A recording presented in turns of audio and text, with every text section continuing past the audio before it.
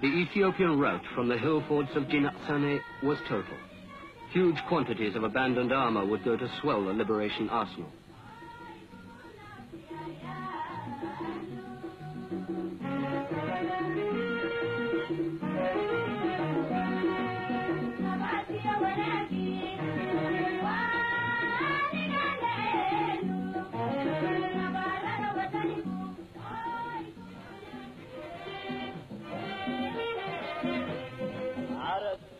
Jigjiga, a crucial city. Ceded to Ethiopia in 1945, Somali-Jigjiga was at last liberated on September the 16th, 1977. Its loss was a decisive blow to the Ethiopians. Of its garrison, no less than half were killed or taken prisoner.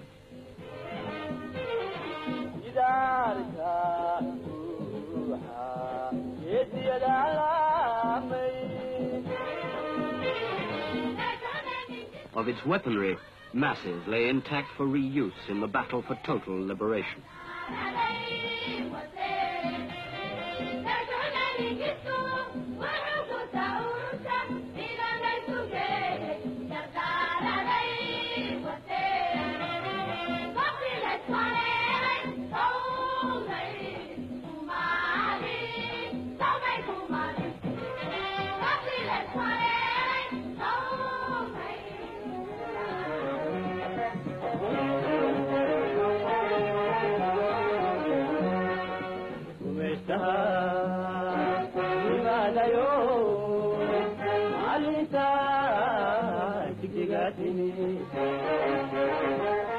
Not only the tank bays in the Mada Pass, but also the vital radar installation on Thick Mountain were destroyed.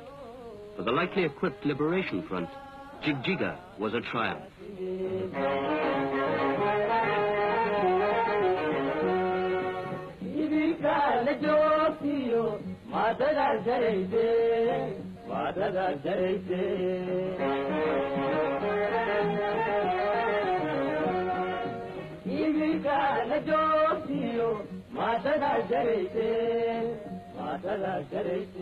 Standing at the foot of the Karamada Pass, Jigjiga had been thought impregnable. Cowed by the presence of its military garrison, the local Somali population had suffered injustice and indignity here for over 30 years, patiently hoping for the wheel to turn. When their chance came to rise and destroy their oppressors, they seized it with both hands.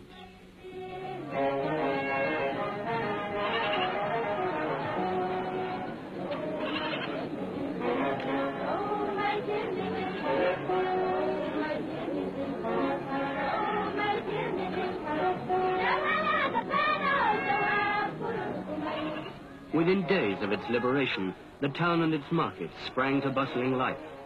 Never again would foreign oppression rule here. Willing hands reached everywhere to rebuild for the future and cover the scars of the past.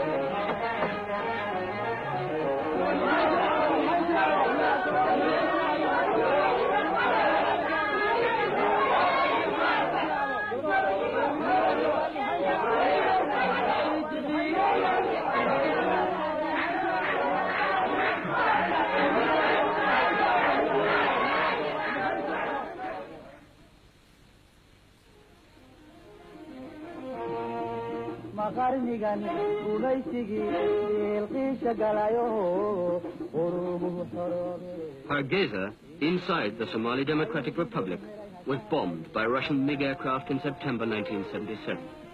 The pilots, allegedly, were Cuban. Their targets, civilians, mosques, schools, hospitals, homes. nor was the Republic at war.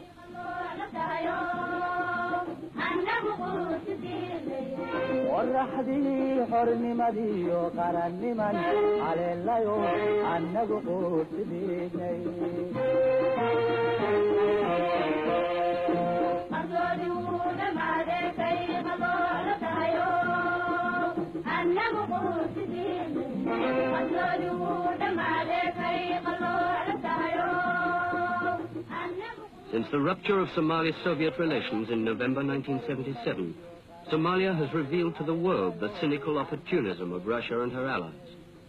Never concealing her own moral and material support for the freedom fighters of the Ogaden, Somalia is still not at war. But her army is ready. And if forced, she will fight, on her own if need be, to preserve her integrity and her peoples.